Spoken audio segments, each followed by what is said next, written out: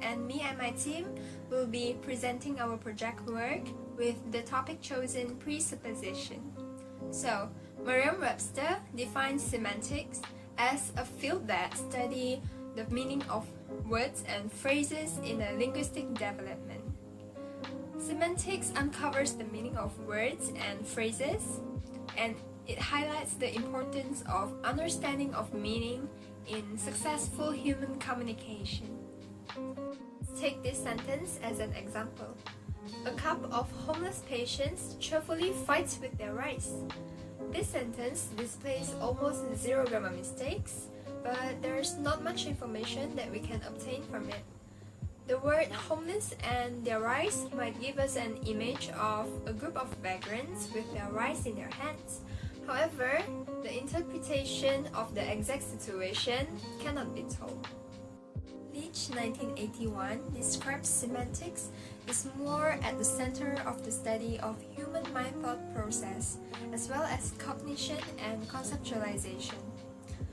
This field studies the meaning expressed in an utterance, and it goes beyond verbal language, as communication can also be done by just using facial expression or body movement without using the spoken language. To answer the first question, which is how can the study of semantics help our students to understand word meaning, sentence relationship, discourse, and context? First and foremost, the discipline of semantics is closely related to language acquisition. This is because in the beginning, students learn language by the replication of sounds in verbal speech, while for the writing part is the repetition of images. Eventually, these sounds and images will be assigned with meaning, and this touches the field of semantics. By being able to understand the meaning of a word or phrase, this will further lead the students to understand the meaning of a sentence, as well as the larger units of discourse such as text or narratives. Proper understanding of semantics will help the students and teachers to exchange message clearly without the fear of misinterpretation. 1981 proposed that there are 7 types of meaning that help students to better understand the meaning of words. These meanings include conceptual meaning, connotative, social, affective, reflective, collocative, and also thematic meanings. Let's take connotative meaning as an example. The sentence will be, "It was chicken of you to not to admit what you have done." In this sentence, the word chicken is the connotation of coward.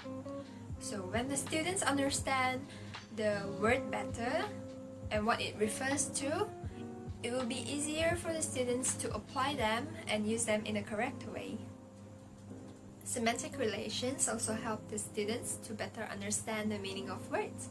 These relations include synonymy, antonymy, polysemy, homonymy, hyponymy, and also meronymy. So let's take polysemy as an example. We use the word surf. Surf has more than one meaning, so we can use it in either surf the internet or also we surf in the sea. Help the students to better understand sentence relationship. In semantics, there are also presupposition that provides relevance to the sentence and making it meaningful. The example would be, a running race was organized yesterday. So this sentence is presupposed by, I met the winner of the yesterday's running race. Not only that, logic and semantics also help the students to capture the main idea of the sentence after removing the referring expression and pick out the predicator that gives out more specific information. For example, the sentence, "They were hungry." The predicator picked out is the word hungry. By this, the students will be able to understand the main idea of the sentence after picking out the predicator hungry. element in semantics that provide information from the sentence is the deictic expressions. The deictic expressions is a word or phrase that points to a time, place, or certain situation that is spoken by the speaker. The deictic expressions help to locate both listener and speaker within a setting, and examples of them would be that, they, here, there. So by this, the students are able to identify which information is addressed in a sentence. Next, we will talk about discourse. So when students are able to understand the meaning of words, phrases, even sentences, they will be able to take this understanding to another level, which is known as discourse in the language. Figurative language is another element in semantics that will help to make the conversation alive. So one of the main representation of figurative language is by using metaphor in the language. We as future English teachers will apply the element of figurative language in our teaching. I believe that this will greatly increase the students' interest and also their attention in the class, because we deliver the lesson in a unique way. However, we have to compare how understandable it is between the metaphor we are using and their cultural backgrounds, because they might have different level of understanding. So we will talk about thematic roles in semantics. Thematic roles in semantics helps the students to identify the roles played by the reference in the sentence. So there are 7 types of roles are recognized. They include agent, theme, source, goal, location, experiencer, and instrument. For example, Saleh gave the keys to Wong. So Saleh is the agent, key is the theme, while Wong is the goal.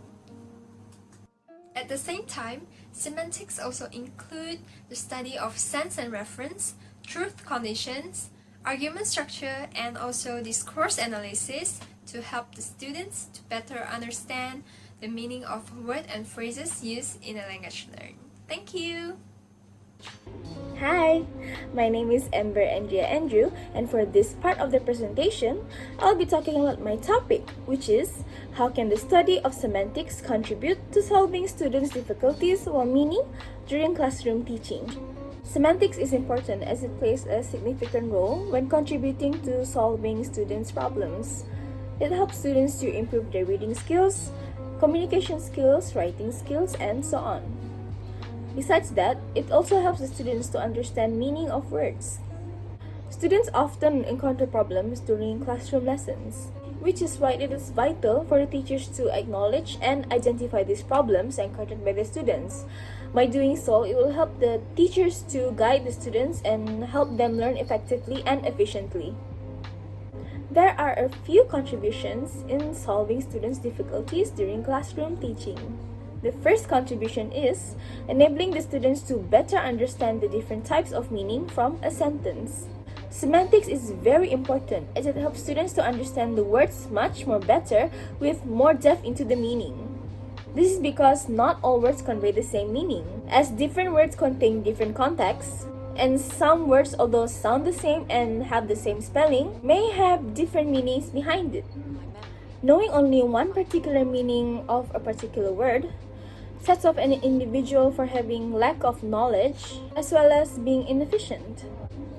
Based on the study of semantics, each word conveys a specific meaning, such as conceptual meaning, connotative meaning, collocative meaning, affective meaning, stylistic meaning, and so on.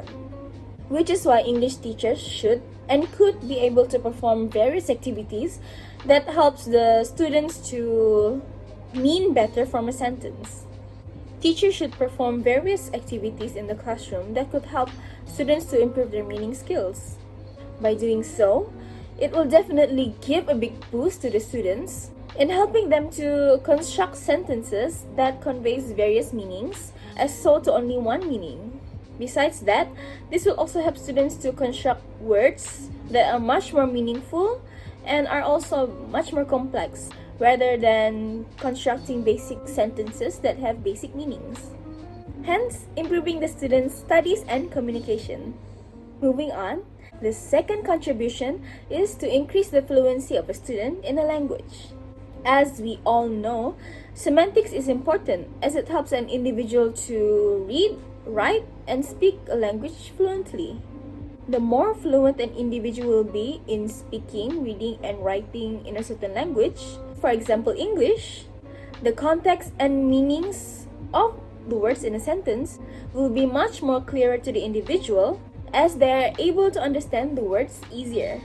Which is why English teachers could introduce the basic notions in semantics to the students.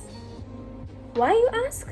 Well, the basic notions is derived of various elements such as sentence, utterance, preposition, analytic sentence, synthetic sentence, contradiction, entailment, paraphrase, collocation, sense and reference, and prototypes. By understanding these basic notions, it will help the students to move one step closer into understanding different types of meaning of words in a sentence.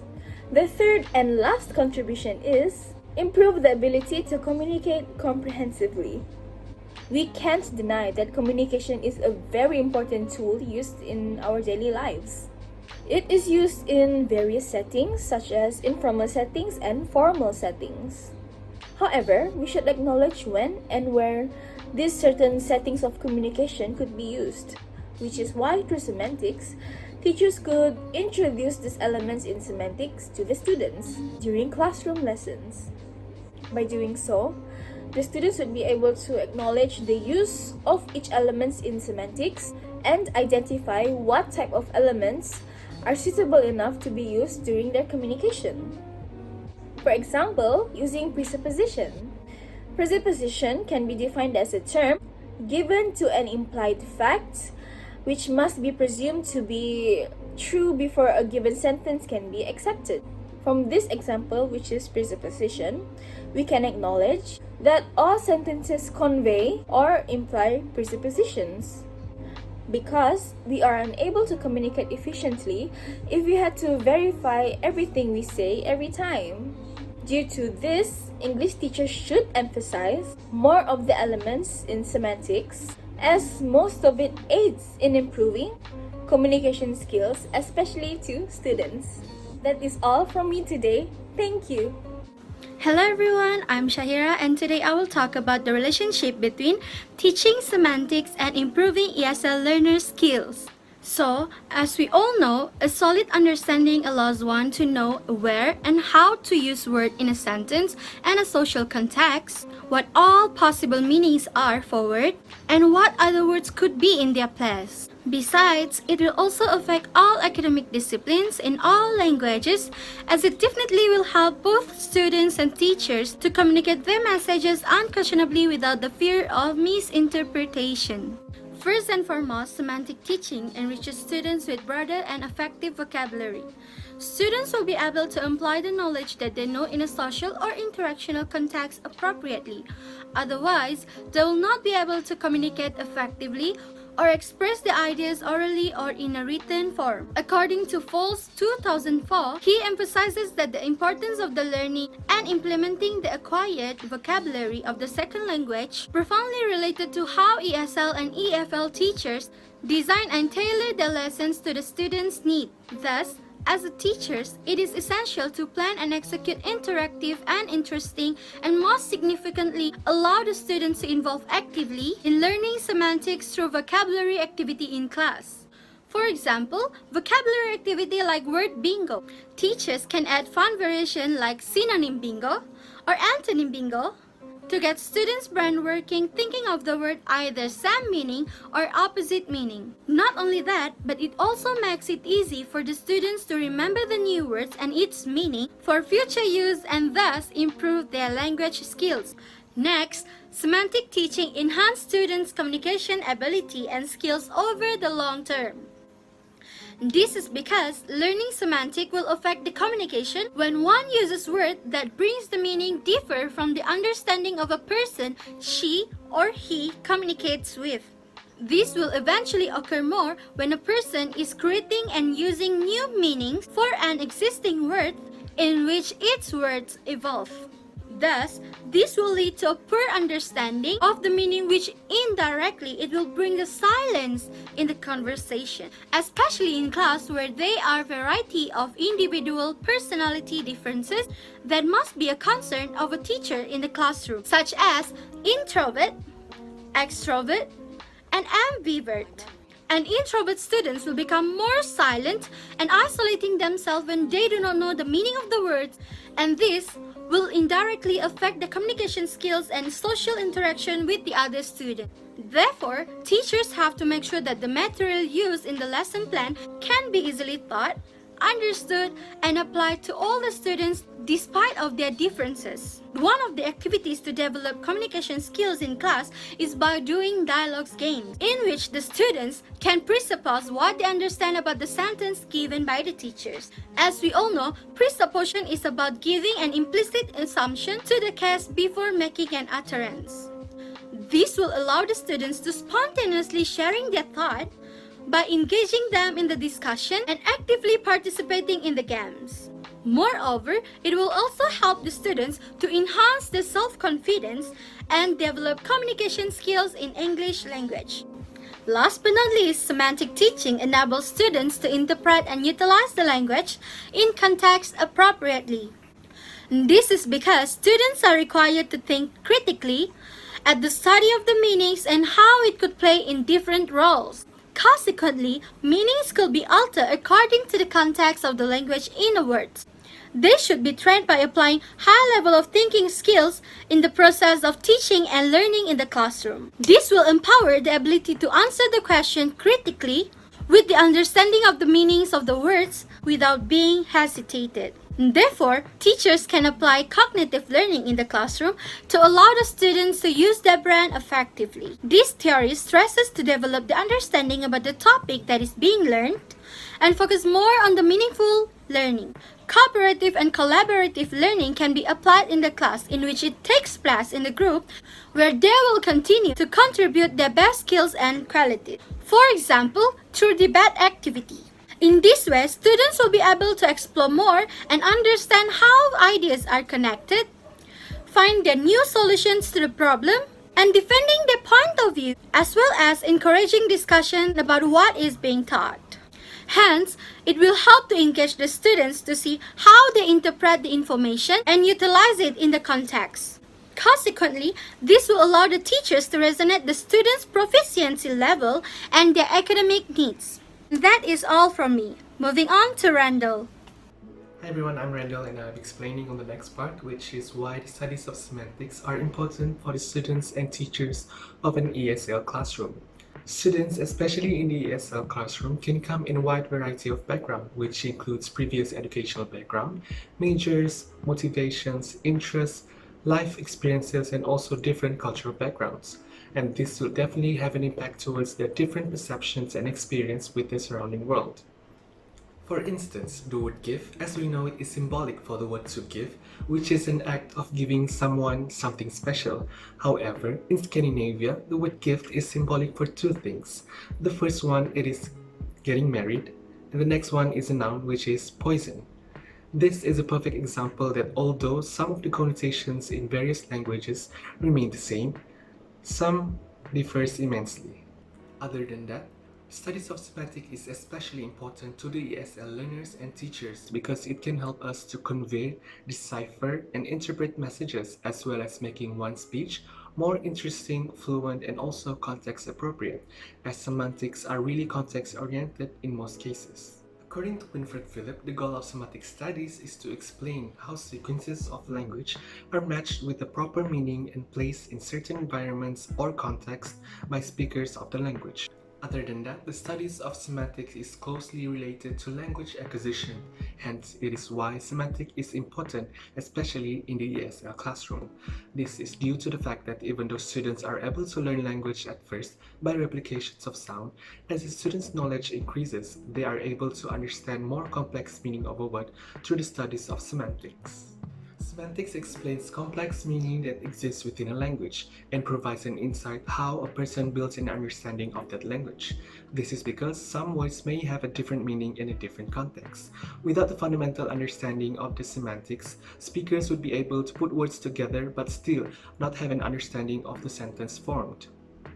For the next part, I'll be talking about the importance of presupposition in regards to the ESL classroom. Presupposition is an implicit assumption about the world required to make a sentence more meaningful and relevant. Implicit assumption is the assumption that describes a general statement, course of action, decision, or judgment that is not directly addressed by the speaker or necessarily understood by the listener. This assumption may be made based on personal life experiences. For example, when someone states, "I'm no longer a vegetarian," this sentence automatically presupposes that that particular person was once a vegetarian. Presupposition is vital for ESL learners because it contributes into effective communications. When a person says something or utters a statement, the interpretation of that sentence only exists within the context of the listener's logic and reasoning. However, the presupposition must be understood or assumed by the speaker and also the listener to be considered appropriate in the context of the statement. For instance, the sentence "my girlfriend is Chinese" and "my girlfriend is not Chinese" both presupposes that the speaker in fact has a girlfriend. This is why when two people are trying to communicate and their presupposition are not known to each other, that's when misunderstanding and misinterpretation takes place. Other than that, presupposition also exists to help ESL learner to acquire more concise language ability and to utter brief but comprehensive statements or idea. It also helps writer to be more interesting, effective, but still to the point. And from a reader's perspective, concise language is often more interesting, effective, and also persuasive. Hi Dr. Asma and hi friends, my name is Nur Ain Shazwani BP19110267 and today I will be talking about the best teaching strategies for us as a future teacher to teach our students regarding one of the most important elements in semantics, which is presupposition. As a future teacher, it is really important for us to come up with creative, innovative, and effective teaching strategies to meet our students' individual needs throughout the teaching and learning lesson inside the classroom, especially when you are teaching a really confusing topic like presupposition. One of the best teaching strategies that we have come up with is through the implementation of technology in our teaching and learning lesson inside the classroom. Since our targeted future students revolve around teenagers in secondary school, it will be a really good option for us to include technology inside the classroom because these young teenagers themselves are always surrounded by digital media.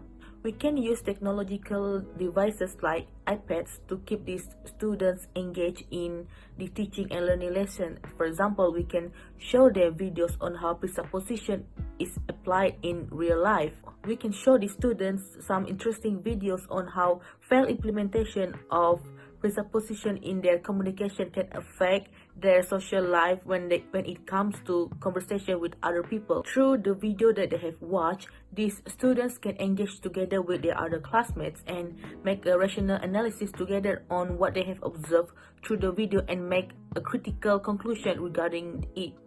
Aside from that, we can make good use of a lot of online educational programs in the internet to be incorporated in our teaching and learning lesson inside the classroom, especially when we are teaching presupposition to our students. For example, we can use educational programs such as Quizlet or Quizalize to acknowledge and test our students' understanding regarding the application of presupposition in their communication skills. Now, we are going to discuss about the second teaching strategies that we have come up with, which is personalized learning. As a teacher, it is really important for us to remember and keep in mind that every student requires a different individual approach because not everyone has the same level of language proficiency. Presupposition can be a really difficult topic for the students to learn, so it is important for us as a teacher to build a learning experience that matches their individual traits. Through personalized learning, we will be able to customize our teaching and learning lesson according to the students' needs, skill, strengths, and their interests. In this case, students who have a higher level of language proficiency requires a different kind of approach and learning compared to those students who have a lower level of language proficiency in their learning. For example, we can teach presupposition to students who have a higher level of language proficiency through a theoretical approach.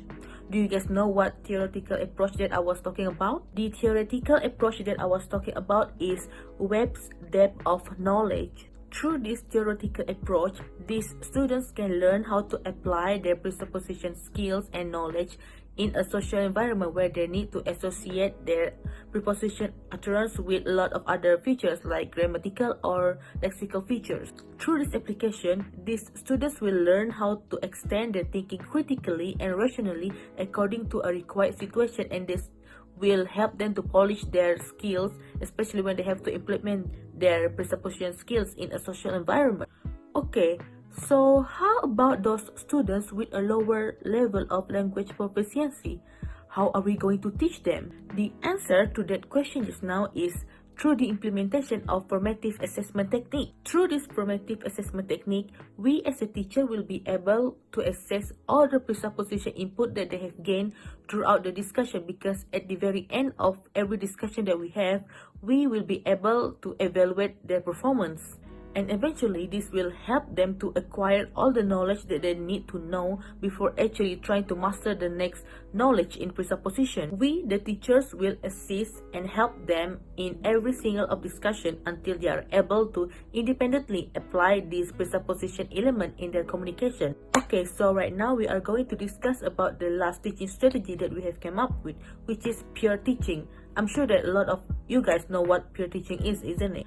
Peer teaching is a technique where the students are being assisted by their own friends or peer inside the classroom. Presupposition can be a really confusing topic for them to learn, so it will be a really good way for us to include their friends in helping them out. In this case, students who have a lower and slower grasping skill should be assisted by their friends who have a better or faster grasping skill in learning presupposition. The rationale behind this technique is that we are all aware of the fact that most students feel more comfortable whenever they have to interact with their friends, and this will help them to open up even more about what they are good at and what they are weak at, especially when they are learning a confusing topic like presupposition. For example, these students can discuss together regarding what kind of grammatical features or lexical features that can be associated together with the utterance of presupposition in their communication. Once they have acquired the knowledge that they need regarding presupposition, they can verbally practice it together to see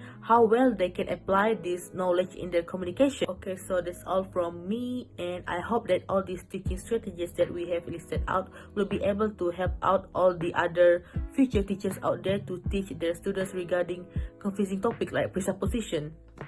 Assalamualaikum and good day to Dr. Asma and my fellow classmates. My name is Mohd Eizwan and I will be presenting the part of teaching plan for today. So let's start with the proverb of if you fail to plan, then you are planning to fail. As teachers, teaching plan is your best friend. It is an important element of a system in teaching learning. A teaching plan is a step-by-step guide which provides an important learning structure. There are three basic components on an effective lesson plan. First, aims and objectives of the course. Second, teaching and learning activities. And third, assessment to check students' understanding of the topic. The topic of presupposition can be quite challenging for some students, and the best way to teach this topic is by the implementation of technology and application of peer teaching. Using technology is an advantage for us teachers because we can access variety of information in just clicks away. Also, the convenience of slideshows and infographics can be used so that teachers don't waste their time by writing on the whiteboards. The justification for why the application of peer teaching is the best way to teach this topic, presupposition, is because there are students who have different level of language proficiency. Students who have higher understanding on this topic can guide their friends in their way of understanding. So the suitable class activity that will be carried out is by pairing and group work, as this activity will be engaging the listening and speaking skills. Teachers will divide them into groups and pick one representative from each group to come out in front. The representative from each group will be picking random sentences that is provided by the teacher and will utter the sentence in front of the entire class. For example, student will utter the sentence, "Jane no longer writes fiction," and the rest of the class will try to presuppose the example sentence, and teacher will collect the answers by groups. Each of the group will justify their answers on why their presupposition is correct, and teachers, as their facilitator, will guide them if there is a mistake. Other than teaching presupposition topic in practical way, teachers can bring their students to the ICT lab to access the website using computers provided by the school and teach this topic in interactive and fun way using the applications such as Quizlet, Kahoot, and Quizzes. Teachers also can make quiz based on their understanding on presupposition theories. This is the convenience of 21st century technology implemented on class. This topic that was considered as hard and boring can be fun and easy to understand by students. So in conclusion, without having a teaching plan, the visualization process will not work, and the outcomes of the learning process wouldn't remotely be like what we as teachers would have expected. As stated before, semantics is the study of the meaning of language or words. Learning semantics may help individuals to understand what certain words and utterance based on target language. People who acquired English as the second language slowly develops the understanding and sentence relationship. Individuals will slowly improve on their fluency in skills on reading, writing, comprehension, and speaking. Other than that, they will communicate better and comprehensively over long term. Teaching students semantics early in their life can be useful because it enables them to interpret and appropriately grasp the language in context. Teachers should plan the strategies on teaching semantics, especially the topic presupposition, where understanding presupposed utterance makes the sentence valid and thus meaningful and suitable in response.